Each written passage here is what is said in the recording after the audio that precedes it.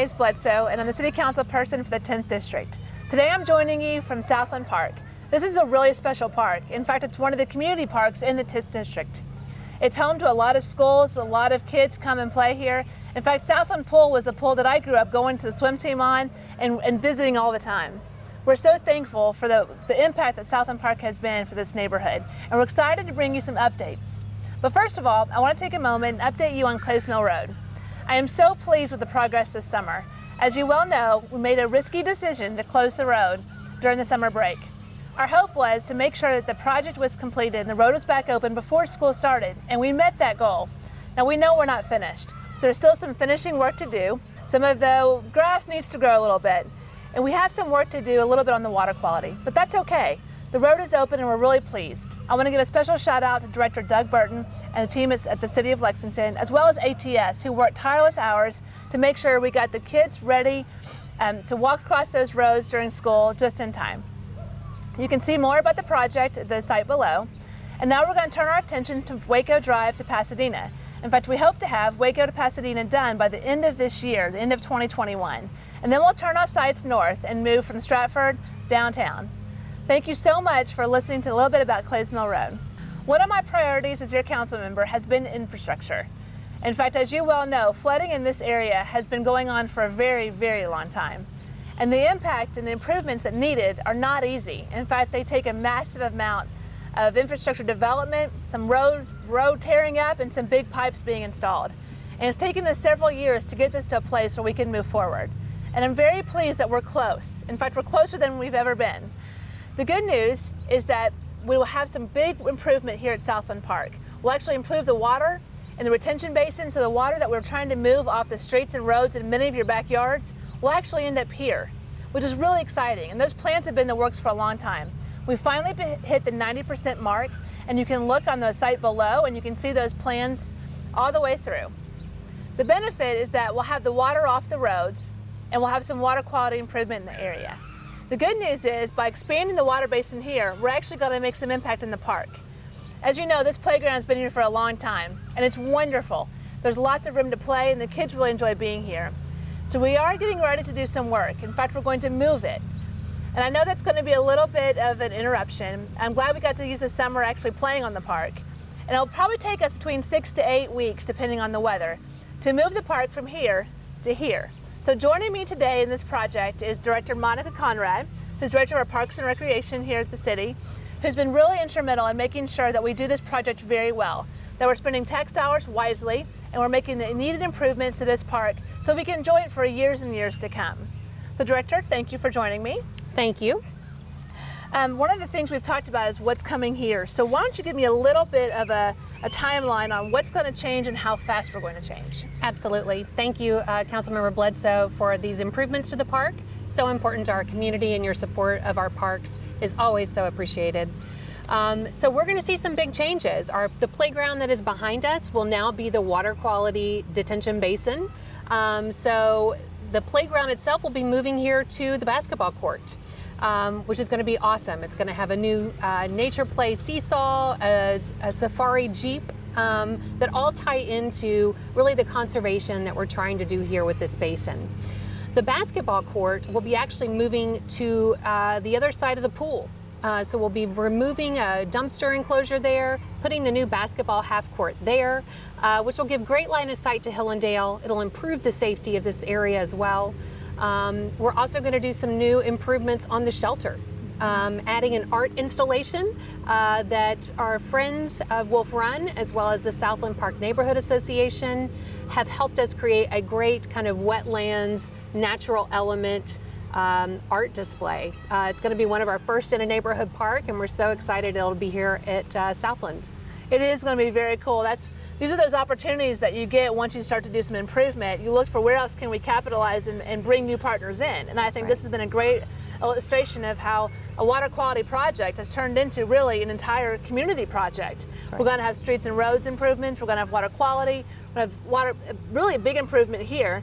And then we're also going to have a whole new park that'll be based around that theme. Now, the tennis courts are all staying open during this time? That's right. The tennis courts will remain open. The basketball court and the playground As soon as we start demolition, which should start hopefully in the next week or two, we'll take about a week to do the demolishing. So while that's happening, the playground and the basketball court will not be available. We certainly encourage folks to use those parks that are closer to us. But 6 to 8 weeks after that demolition, we should see a brand new playground, basketball court, this art installation, just really great improvements to the park. Just in time for the fall, right? When it finally is cool enough to play outside some more. That's right. Now I know we've talked a lot with our neighbors about how to improve this park over the years. And there's been some times where safety has been something that we've talked about, especially this pavilion, this area right here is kind of insulated, which is great for kids. But sometimes after dark can be one of those situations that having more eyes on it will be better. And so moving the basketball court to the pool was an intentional move on our behalf, and I think will be really nice for the neighborhood and for others who want to play. It'll be easier actually for the pool too. You'll be able to do multiple things at one time, which will be really nice. We're keeping the softball field here, which will stay the same. And I'm really excited about this improvement. We've been talking about getting this basketball court redone for a long time. So it's going to be a fantastic improvement. And it's not just here. There's also some other improvements around the 10th district. So do you want to hit on a couple other things in the 10th? Yes, we're going to be adding a half basketball court at Dogwood Park, a really important neighborhood park. So we'll be looking to do that soon. Hopefully with design services, we should be getting that out in the next couple of weeks. Then we'll be going to the neighbors there near Dogwood and talking to them about where they would like to see it, timing of the installation. So that is certainly coming up very soon. We'll also have some bleacher improvements that we're doing throughout the city and some ADA improvements, as well as some other projects that have been funded that folks from around the city will enjoy. That's great. And one of the other treasures in the 10th district is Moon Dance. So do you want to hit a little bit on what's coming this fall? Yeah, Moon Dance has been so popular. Throughout really the pandemic, we just saw this need for people to be able to socialize and congregate and be outside. And Moon Dance has just proven to be really a place where people can gather safely and see these wonderful live performances that have been going on there for so long. So Southland Jamboree is still happening, so check that out in August and early September, as well as summer nights in suburbia. We have halfway to St. Patrick's Day, a project that we're doing with the Irish Festival that we would normally do in place of our St. Patrick's Festival. Just didn't think that was safe enough this year, but that'll be happening at Moon Dance coming up soon. That's awesome. Moon Dance is one of those treasures that I'm so thankful for. The Moon Dance Foundation we established not too long ago. It has its own board and is really working towards sustainability and bringing new partnerships on board to make sure we can continue to provide as much free programming and bring some art and music into the district as much as possible. That's right. One more thing I want to hit on, there's a lot of festivals coming up this fall. Certainly encouraging people to come out. Please, we encourage you to wear your mask. We, on our social media and our website, we have recommendations of how to social distance in a festival type of activity. We know that that's important. We also have a lot of great things happening in our natural areas. At Raven Run and McConnell Springs, we've got night treks, so some evening opportunities. We're also starting a pollinator garden, how to create a pollinator garden. So check out our social media, lots of good opportunities for folks to get out and enjoy these fall activities. And of course, the Trail of Pumpkins is going to come back to McConnell Springs. One of our great transitions last year. I cannot say enough about our team who pulled that together. We're excited to bring it back to McConnell. That's fantastic. Yeah. I'm so thankful for our outdoor spaces. Raven Run's a great treat. I love hiking there, especially in the fall. And that pumpkin was fantastic, the walk. And we know people want to get outside this fall, so please be sure and do that. You can see all the events for Lexington Parks, and the whole team does a phenomenal job. They do. Really integrating community into our natural spaces. And so make sure you check that out this fall. You can see on the website all the activities, and we'll hope you'll join us. One of the challenges of being a council member is you work on projects and you initiate things, and it takes years sometimes to get them to fruition. And so a number of the projects that we're seeing right now started several years ago when I actually began working on the improvements in this area and on Clays Mill Road and et cetera. So I hope that you'll bear with this. This is going to be tough. There's going to be some heartache and some inconvenience as we move forward.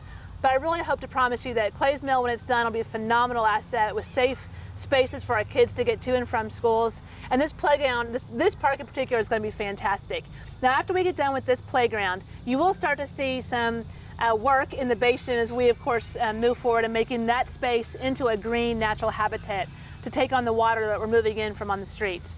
So it's going to be a continual work in progress for a while. The good news is when it's all said and done, it's going to be worth it. Thanks for watching the Talk of the 10th. Be sure to keep up to us on Facebook, on the Lexington 10th District, and on our website. Thanks so much.